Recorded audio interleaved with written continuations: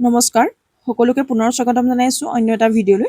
আজিৰ ভিডিঅ'টোত আমি আলোচনা কৰিম অৰুণোদয় আঁচনিৰ পইচা আপোনালোকে 1 আগষ্টৰ পৰা প্ৰতিমাহে ৩,০০০কৈ লাভ কৰিব পাৰিব। তাৰ বিষয়ে আপোনালোকক মুখ্যমন্ত্ৰী ডাঙৰীয়াই ফেচবুক লাইভ যোগে সুন্দৰকৈ বুজাই দিছে। আমি এই ভিডিঅ'টোত সেই সকলোখিনি ডিটেইলছ আমি ভালদৰে আলোচনা কৰিম আৰু ইয়াৰ লগতে আপোনালোকে নিযুত বাবু, নিচুত মইনা আৰু জীৱন প্ৰেৰণা আঁচনিৰ পইচাসমূহ কেতিয়াৰ পৰা আপোনালোকে আকৌ লাভ কৰিব পাৰিব সেইখিনি আপোনালোকে ইয়াতে এই ভিডিঅ'টোৰ যোগেদি জানিব পাৰিব। গতিকে ভিডিঅ'টো শেষৰলৈকে চাই থাকক। ইয়াতে আমি মুখ্যমন্ত্ৰী মহোদয়ে ফেচবুক লাইভ যোগে জনোৱা এই তথ্যটো আপোনালোকক ভিডিঅ' আকাৰে জনাবলৈ চেষ্টা কৰিছোঁ। গতিকে সকলোৱে ভিডিঅ'টো শেষৰলৈকে চাই থাকিব।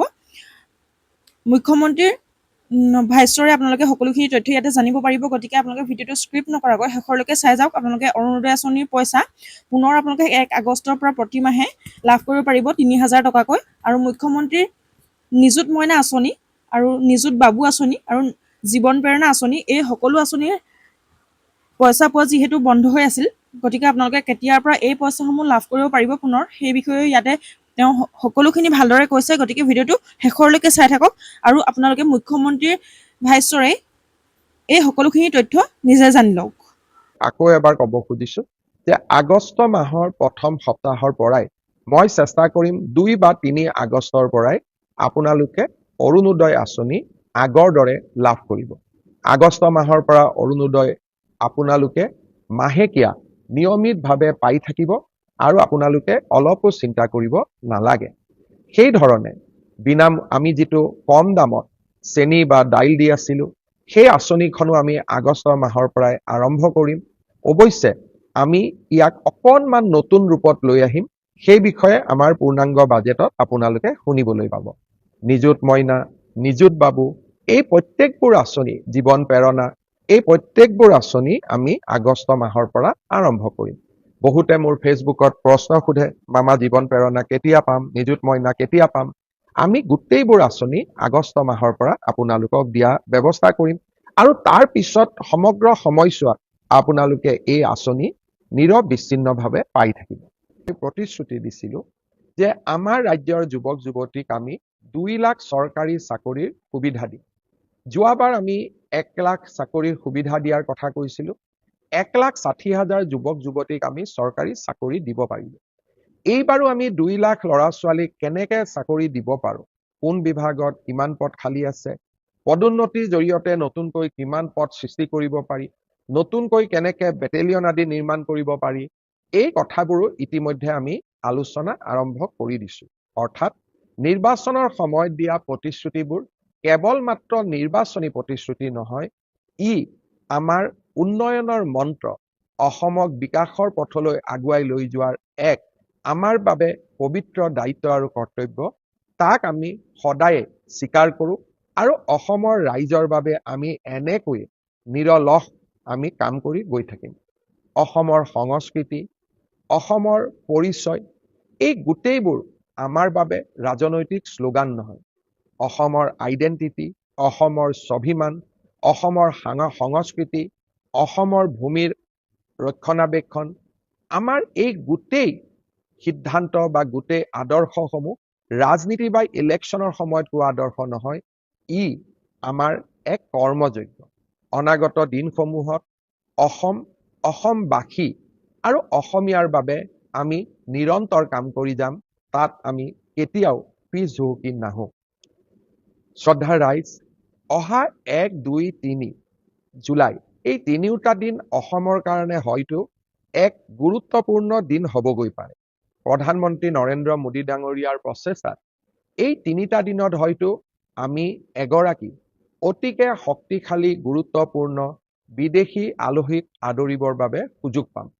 চৰকাৰীভাৱে ই ঘোষণা হোৱা নাই, তথাপিতো আমি আশা কৰিছোঁ যে প্ৰধানমন্ত্ৰী মোদী ডাঙৰীয়াই 1, 2, 3 তাৰিখে অসম গুৱাহাটী ভ্ৰমণ কৰিব আৰু তেখেতৰ লগত আৰু এগৰাকী শক্তিশালী আলহী বা প্ৰভাৱশালী আলহী বা এগৰাকী আন্তৰ্জাতিকভাৱে পৰিচিত আলহী আমাৰ অসম ভ্ৰমণ কৰিব। গুৱাহাটী পৰা নাই, মই ইতিমধ্যে সংবাদ মাধ্যমত কৈছোঁ, কিন্তু আজি মই আপোনালোকক আকৌ এবাৰ ক'ব খুজিছোঁ যে আগষ্ট মাহৰ প্ৰথম সপ্তাহৰ পৰাই মই চেষ্টা কৰিম 2 বা 3 আগষ্টৰ পৰাই আপোনালোকে অৰুণোদয় আঁচনি আগৰ দৰে লাভ কৰিব। আগষ্ট মাহৰ পৰা অৰুণোদয় আপোনালোকে মাহেকীয়া নিয়মিতভাৱে পাই থাকিব আৰু আপোনালোকে অলপো চিন্তা কৰিব নালাগে। সেই ধৰণে আমি যিটো কম দামত চেনি বা দাইল দি আছিলো, সেই আঁচনিখনো আমি আগষ্ট মাহৰ পৰাই আৰম্ভ কৰিম। অৱশ্যে আমি ইয়াক অকণমান নতুন ৰূপত লৈ আহিম। সেই বিষয়ে আমাৰ পূৰ্ণাংগ বাজেটত আপোনালোকে শুনিবলৈ পাব। নিযুত মইনা, নিযুত বাবু, এই প্ৰত্যেকবোৰ আঁচনি, জীৱন প্ৰেৰণা, এই প্ৰত্যেকবোৰ আঁচনি আমি আগষ্ট মাহৰ পৰা আৰম্ভ কৰিম। বহুতে মোৰ ফেচবুকত প্ৰশ্ন সোধে, মামা জীৱন প্ৰেৰণা কেতিয়া পাম, নিযুত মইনা কেতিয়া পাম? আমি গোটেইবোৰ আঁচনি আগষ্ট মাহৰ পৰা আপোনালোকক দিয়া ব্যৱস্থা কৰিম আৰু তাৰ পিছত সমগ্ৰ সময়ছোৱাত আপোনালোকে এই আঁচনি নিৰবিচ্ছিন্নভাৱে পাই থাকিব। এই আঁচনিসমূহ চলি থকাৰ লগতে আমি অসমৰ বাবে গ্ৰহণ কৰা ডাঙৰ ডাঙৰ আঁচনিবিলাকৰ কামো এই সময়ছোৱাত আগবঢ়াই লৈ গৈ আছো। গুৱাহাটী ৰিং ৰোডৰ নিৰ্মাণ কাৰ্য ইতিমধ্যে আৰম্ভ হ'ল। কাজিৰঙাৰ এলিভেটেড কৰিডৰৰ নিবিদা প্ৰক্ৰিয়া ইতিমধ্যে আৰম্ভ হ'ল। অহা এমাহৰ ভিতৰত নুমলীগড় আৰু গহপুৰৰ মাজৰ যি আমি প্ৰায় 18,000 কোটি টকাৰে সুৰংগ নিৰ্মাণ কৰিম, তাৰো নিবিদা প্ৰক্ৰিয়া এই মাহৰ ভিতৰতে অৰ্থাৎ জুলাই মাহৰ ভিতৰতে আৰম্ভ হ'ব। ইয়াৰ উপৰিও মই নতুন দিল্লীত থকা সময়ছোৱাত প্ৰধানমন্ত্ৰী নৰেন্দ্ৰ মোদী ডাঙৰীয়া আৰু কেন্দ্ৰীয় পথ পৰিবহণ মন্ত্ৰী নীতিন গাডকাৰী ডাঙৰীয়াক লগ পোৱাৰ মোৰ সৌভাগ্য হৈছিল। তেখেতসকলে মোক 3টা আঁচনি অসমৰ বাবে খুব তৎপৰতাৰে অনুমোদনৰ প্ৰতিশ্ৰুতি দিছে। ইয়াৰ প্ৰথম আঁচনিটো হ'ল বাইহাটা চাৰিআলিৰ পৰা তেজপুৰৰ মিছন চাৰিআলিলৈকে এই সমগ্ৰ পথছোৱা 4 লেনযুক্ত হিচাপে নিৰ্মাণ কৰা। ই এটা বহুদিনীয়া দৰং আৰু শোণিতপুৰৰ ৰাইজৰ বহুদিনৰ দাবী আছিল।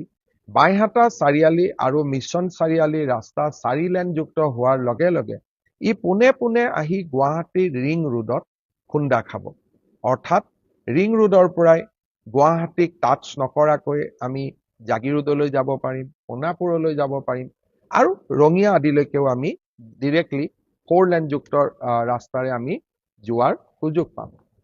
ইয়াৰ উপৰিও আৰু এটা নতুন আঁচনি আমি আনিব খুজিছো। সেইটো হ'ল গুৱাহাটী বিমানবন্দৰৰ পৰা গড়ল, ধাৰাপুৰ, গুৱাহাটী বিশ্ববিদ্যালয়, এই 10-12 কিলোমিটাৰ পথ আমি এটা এলিভেটেড কৰিডৰ অৰ্থাৎ 10 কিলোমিটাৰৰ এখন উৰণীয়া সেতু আমি নিৰ্মাণ কৰিব খুজিছো, যাতে গুৱাহাটী বিমানবন্দৰলৈ জালুকবাৰীৰ পৰা মাত্ৰ 7 বা 8 মিনিটতে আমি গৈ পাব পাৰো।